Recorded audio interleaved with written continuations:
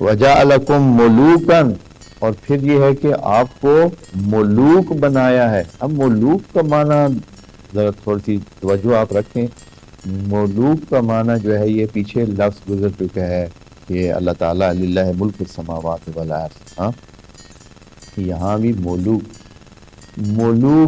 یہ ملک سے ہے اور ملک سے، دونوں سے ہی ہو سکتا ہے، دونوں ایک ہی لفظ ہے سمجھیں۔ تو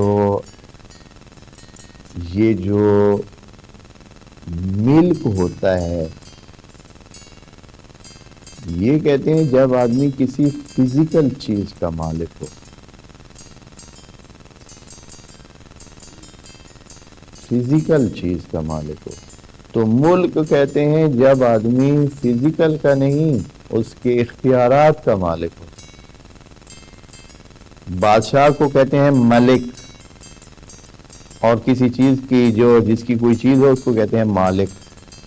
اگر مثلا فلاں چیز اس کی ہے، یہ جگہ اس کی ہے، یہ باغ کسی کا ہے، یہ گھر کسی کا ہے، تو وہ مالک ہے۔ لیکن اگر اختیار کسی کے پاس ہو، چاہے وہ مالک ہو یا نہ ہو، تو اس کو کہتے ہیں ملک۔ بس اختیار مہم ہے۔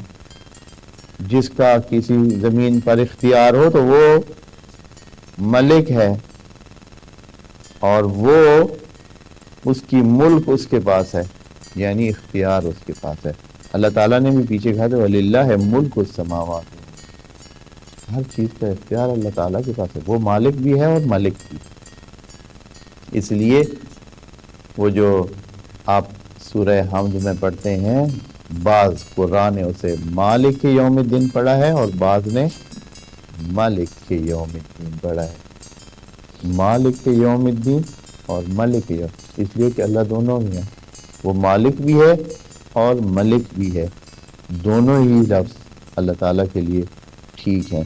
تو یہاں فرماتے ہیں ملوکاً، آپ لوگوں کو اللہ تعالیٰ نے ملوک بنا۔ یا اگر ملوک کا معنی یہ ہو کہ آپ یہ جو بادشاہی ہوتی ہے، ملکوں کی بادشاہی ہوتی ہے، تو اس میں یہ توجیہ ہو سکتی ہے کہ جیسے جناب یوسف کو اللہ تعالیٰ نے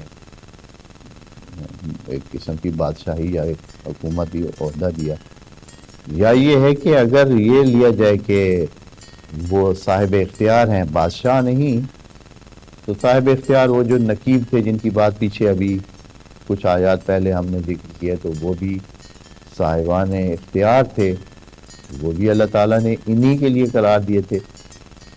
تیسرا آپشن یا تیسرا معنی ملوک کا یہ ہو سکتا ہے کہ ہر بندہ اپنے صاحب اختیار ہے، یعنی یہ پہلے فرعون کے غلام تھے، سارے فرعون کے کیا تھے؟ غلام تھے، اور اللہ تعالیٰ نے ان کو آزاد کیا تو یہ آپ ملوک ہو گئے، یعنی خود اپنا اختیار جس کے پاس ہے تو وہ خود اپنا کیا ہے؟ ملک ہے۔ ہر بندہ جو اپنا صاحب اختیار ہے اور کسی کے اندر نہیں ہے، کسی کا غلام نہیں ہے، بلکہ خود حر ہے، تو یہ ایک قسم کا کیا ہے؟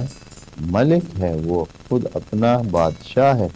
تو یہ معنی تینوں ہی ہو سکتے ہیں، لیکن یقیناً جب اللہ یہ اس کو احسان کے طور پر بتایا جا رہا ہے تو اس سے مراد کیا ہو سکتی ہے؟ زیادہ تر مراد وہ بادشاہی ہے یا وہ حکومتی عہدہ ہے جو کہ نوکبا کو حاصل تھا، جناب یوسف کو حاصل تھا، یا یہ ہے کہ یہ جو اس کے بعد جب یہ آئے تو پھر انہوں نے اپنی حکومتیں قائم کی ہیں جہاں جس بلد میں آئے تھے، اور وہاں اس کے بعد پھر یہ خود ہی اپنے حکمران بھی ہوئے تھے، تو یہ مراد ہو سکتی ہے۔ تو جناب موسیٰ ان کو کہہ رہے ہیں کہ آپ کو انبیاء آپ میں قرار دیے ہیں، آپ میں بادشاہ قرار دیے ہیں، اور